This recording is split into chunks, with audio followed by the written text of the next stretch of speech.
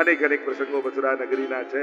ત્યાં અનેક પ્રકારની કૃપા કરી છે. વસ્ત્રો લીધા, અનુકૂળ વસ્ત્રોને ધારણ કર્યા, ચંદન લીધું, કુબજા પાસેથી માળા લીધી, સુદામા માલી પાસેથી બધાના મનોરથો જે કામના હતી પૂર્ણ કરી.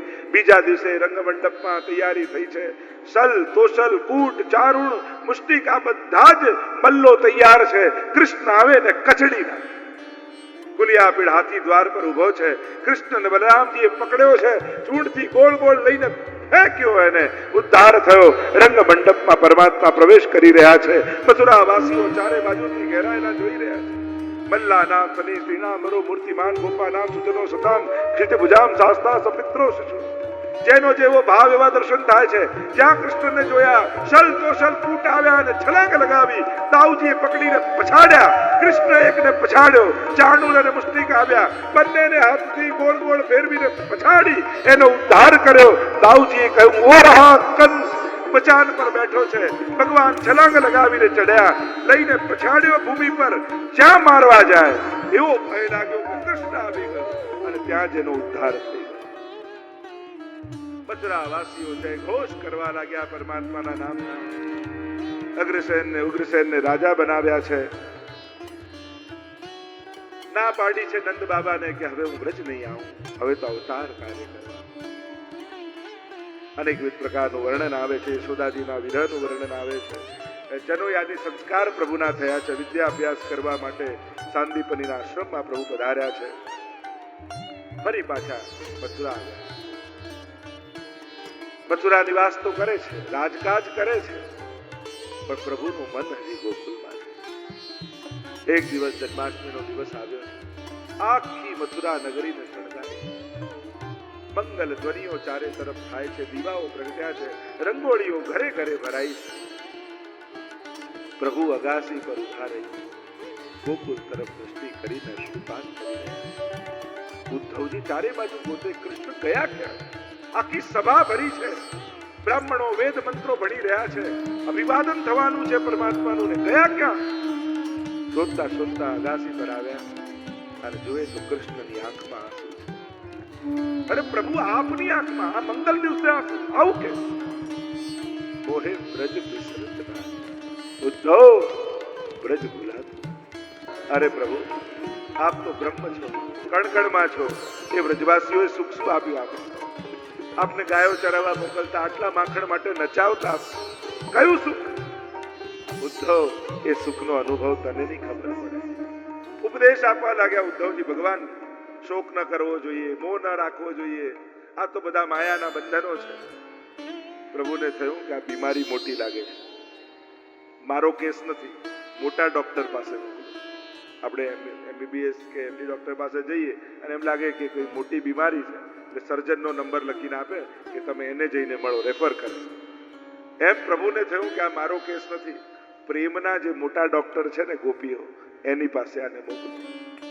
ત્યારે જ આનું જ્ઞાન ભક્તિના રંગે રંગાશે. ઉદ્ધવ, એક વાત, એક કામ કરીશ, આજે બધું તું મને શીખવાડે છે એ બધું મારી ગોપીઓને શીખવાડે. એ લોકો મારા પ્રેમમાં ઝૂરે છે, દુખી છે. આહા, ભણેલાને ભણાવવું બહુ ગમે, બહુ ભણ્યા હોય ને એને શીખવાડવું બહુ ગમે. હા, બધું સમજાવી દઉં, બધું કરી દઉં.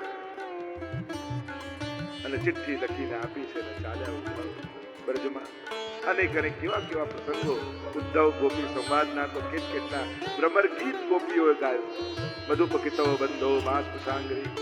ભમરાને નિમિત્ત બનાવી ઉદ્ધવને સંભળાવે કે તું કાળો, તારો માલિક એ કાળો, તું છેતરનારો ને એ છેતરનારો. પેલા બાલીનો શું આંક હતો, જોને કેવો એને માર્યો. આ પેલા બલિ રાજાનું બધું લઈ લીધું. તું કપટી ને એ કપટી છે. ઉદ્ધવજી સમજાવે છે ગોપીઓને કે શોક ન કરતા, પ્રભુ જલ્દી પધારશે. અરે કોણ પધારશે? ક્યાંથી પધારશે? ઉદ્ધવ, જે ગયા હોય એ આવે, જે રૂવાડે રૂવાડે રમતા હોય એની આવવાની રાહ ન જોવાની. એ તો અમારા રોમ રોમમાં છે. અમારો વ્રજનો વ્રજેશ વ્રજ છોડીને ક્યારે જઈ જ નથી. એ તો ઉદ્ધવ હમણાં સંધ્યાકાલનો સમય થવા આવ્યો છે, એ હમણાં પાદરેથી આવશે, વ્રજમાં ગાયો ચરાવે. ઉદ્ધવજી કહે, હું મથુરાથી આવ્યો છું, ત્યાં છે તમે તમારી ચિત્તની અવસ્થા સ્થિર રાખો, હું સમજી શકું છું. એક મથુરા છે, વ્રજમાં નથી. એ મથુરા વાળો તારો હશે. જો ઉદ્ધવ, પાદર તરફ નજર કર, હમણાં એ આવશે. મોટી મોટી ગાયો નંદ બાબાની, અને મધુર ધ્વનિઓ કરતો કરતો, વેણુ નાદ કરતો કરતો, અને જ્યાં ગોપી આટલું બોલી એટલામાં દૂર વેણુના સ્વર સંભળાયા. ધૂળની ડમરીઓ ઉડતી દેખાય. ઉદ્ધવ જોજે, ગાયોના ગળામાં બાંધેલી સોનાની ઘંટડીઓના સ્વર સંભળાવા લાગ્યા. અને જ્યાં ગાયો હટી, મધ્યમાં કૃષ્ણ દેખાયા. ઉદ્ધવ અવાક બની ગયો, અરે આ કૃષ્ણ અહીંયા ક્યાંથી? હું તો બધે બ્રહ્મ છે એવી વાતો કરું છું. ગોપીઓ તો જ્યાં આંગળી મૂકે ત્યાં કૃષ્ણને પ્રગટ થવું પડે. જ્યાં માથું નમાવે ત્યાં એના ચરણ એને ધરવા પડે. મારે તો ચરણ સ્પર્શ કરવા જવું પડે, ચરણ હોય ત્યાં. આ તો માથું નમાવે ત્યાં ચરણ. પ્રેમના રંગે રંગાયા. ઘણી બધી કથાઓ અને ચર્ચાઓ આવે. અને ગયા છે ઉદ્ધવ પાછા કૃષ્ણ પાસે ને કહેવા લાગ્યા, અરે મથુરામાં શું કરો છો? આપને ચાહનારા તો ગોકુળમાં રહે છે. અનેક પ્રકારની કથાઓ વર્ણિત ભક્તોએ, મહાપુરુષોએ ગાઈ છે. અસ્થિને પ્રાપ્તિ ગઈ કંસની પત્નીઓ પિતા પાસે જરાસંઘ 17 વાર ચાઈ કરી ભગવાને હરાવ્યા. 18મી વાળ કાલિયવનને લઈને ચડાઈ કરી અને રણ છોડીને ભાગ્યા. રણ છોડ ભાગતા ભાગતા ગિરનારની ગુફામાં ગયા. ત્યાં મુચુકુંદ મહારાજ તપ કર્યું હતું એમણે. અને ભગવાને માંગવાનું કહ્યું તો એવું માંગ્યું કે પ્રભુ, તપ કરીને બહુ જાગરણ થયું, મને એવા આશીર્વાદ આપો તો હું સૂઈ જાઉં. મને જે જગાડે બળીને ભસ્મ થાય. ઘણા લોકો એ રીતે સૂતા હોય. એમને જગાડો તો સામેવાળાના એમની આંખમાંથી અગ્નિ નીકળે, જાણ બળી ભસ્મ કરે. અલારામને મારી મારી તોડી નાખે. અલ્લાહ અને રામ એ બંને એને જગાડી નાખે, સૂતા જ રહે. અને જ્યાં પ્રભુએ યુક્તિ કરી, વચન હતું કાલિવન પાછળ છે, પોતાનું પિતાંબર કાઢીને ઓઢાડી દીધું. અને કાલિવને થયું કે કૃષ્ણ સૂતા છે, એટલે જ્યાં ખેંચ્યું, જાગ્યા મુચુકુંદ મહારાજ. આંખમાંથી તેજ નીકળ્યો, બળીને ભસ્મ. ભગવાનના તો એક કાર્યમાં કેટલા અર્થો સિદ્ધ થતા. સત જાગૃત રહેવો જોઈએ એમ કહ્યું. બીજા જન્મમાં બ્રાહ્મણ કુળમાં જન્મ લેશો, મારી ભક્તિ કરશો. કહેવાય છે કે મુચુકુંદ મહારાજ નરસિંહ મહેતા બનીને જૂનાગઢ એવી માન્યતા છે, ધારણા. વિશ્વકર્માજીને આજ્ઞા કરી છે દ્વારિકાનું નિર્માણ, સુવર્ણની દ્વારિકાનું નિર્માણ કર્યું છે. બલરામજીના વિવાહની કથા આવતી. રેવતીજી સાથે બલરામજીના વિવાહ થયા છે. હવે તો બસ દેવકીજી પાછળ પડવા લાગ્યા. અરે કનૈયા, તું બી બ્યાવ કર લે, તારાય લગ્ન થઈ જાય, સારી વહુ આવી જાય તો અમને પણ નિરાશ. રૂક્ષ્મણીજીના વિવાહ નક્કી થયા શિશુપાલ સાથે. ભીષ્મકની પુત્રી, વિદર્ભ દેશના રાજા છે. મનોમન પ્રભુને ચાહે. પણ શિશુપાલ જોડે નક્કી થયું, કેમ કરીને કહેવું? નારદજી આવ્યા, કહ્યું, હું જાણું છું કે તમારા હૃદયમાં સ્નેહ કૃષ્ણ માટે છે, તો તમારો ભાવ પ્રગટ કરો. કઈ રીતે કહું? પત્ર લખો. પત્ર લખ્યો છે રૂક્ષ્મણીજી, બ્રાહ્મણની સાથે પઠાવ્યું. તમે કહો તો વાંચું. વાંચું પત્ર? કોઈનો લેટર વંચાય? તમારી જવાબદારી, તમે કહો તો વાંચું. શ્રુત્વા ગુણાન ભુવન સુંદર શૃણવતામ તે.